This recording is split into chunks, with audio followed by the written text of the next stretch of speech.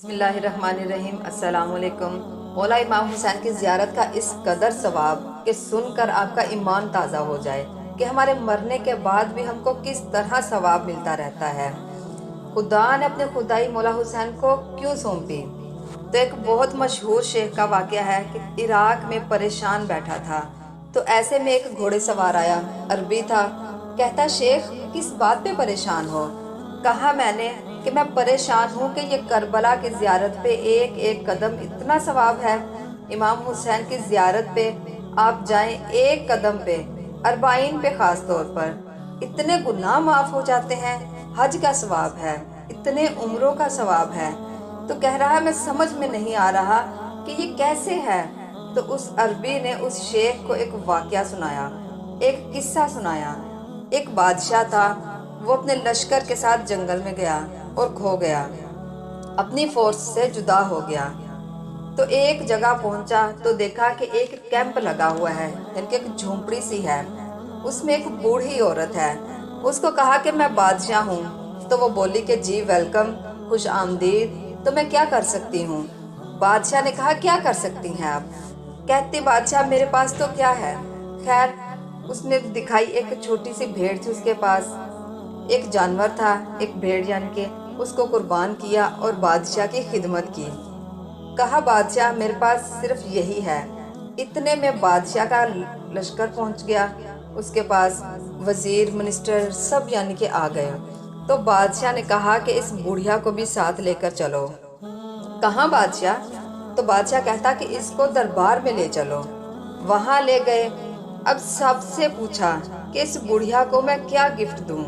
तो वजीर कहते बादशाह इसने आपके लिए एक कुर्बानी की है, आप 100 दे दो।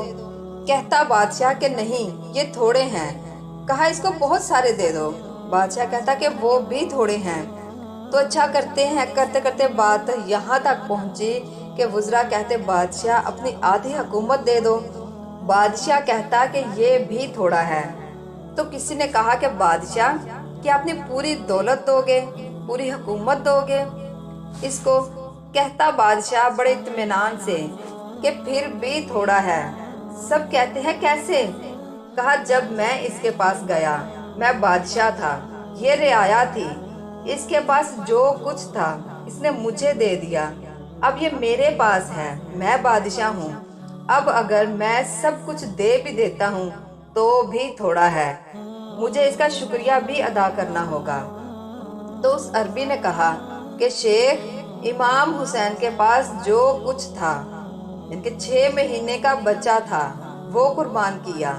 18 साल का जवान अली अकबर था जिसके सेहरे लगने के दिन थे, उसको कुर्बान किया।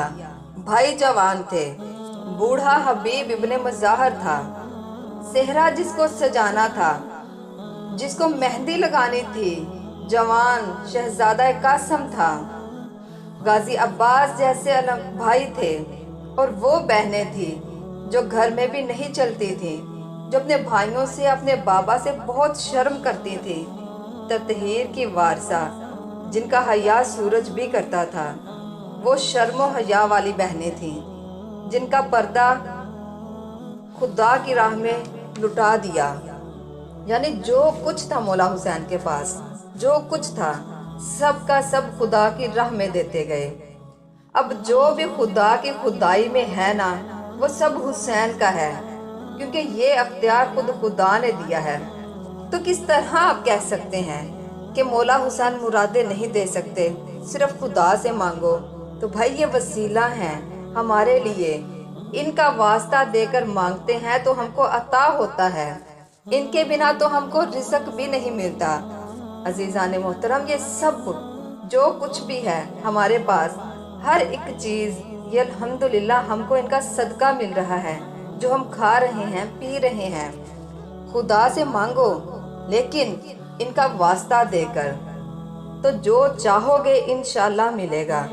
हज़रत आदम अलैहिस्सलाम, हज़रत आदम की तौबा भी तो इनके सदक़े कबूल हुई थी ना। हज़रत आदम ने जब वास्ता दिया था तो ही इनकी तौबा कबूल हुई थी। हर शब जुम्मा इमाम हुसैन की ज़ियारत किया करें।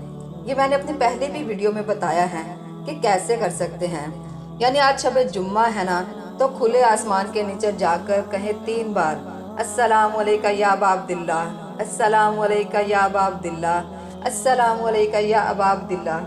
आपकी ज़ियारत है।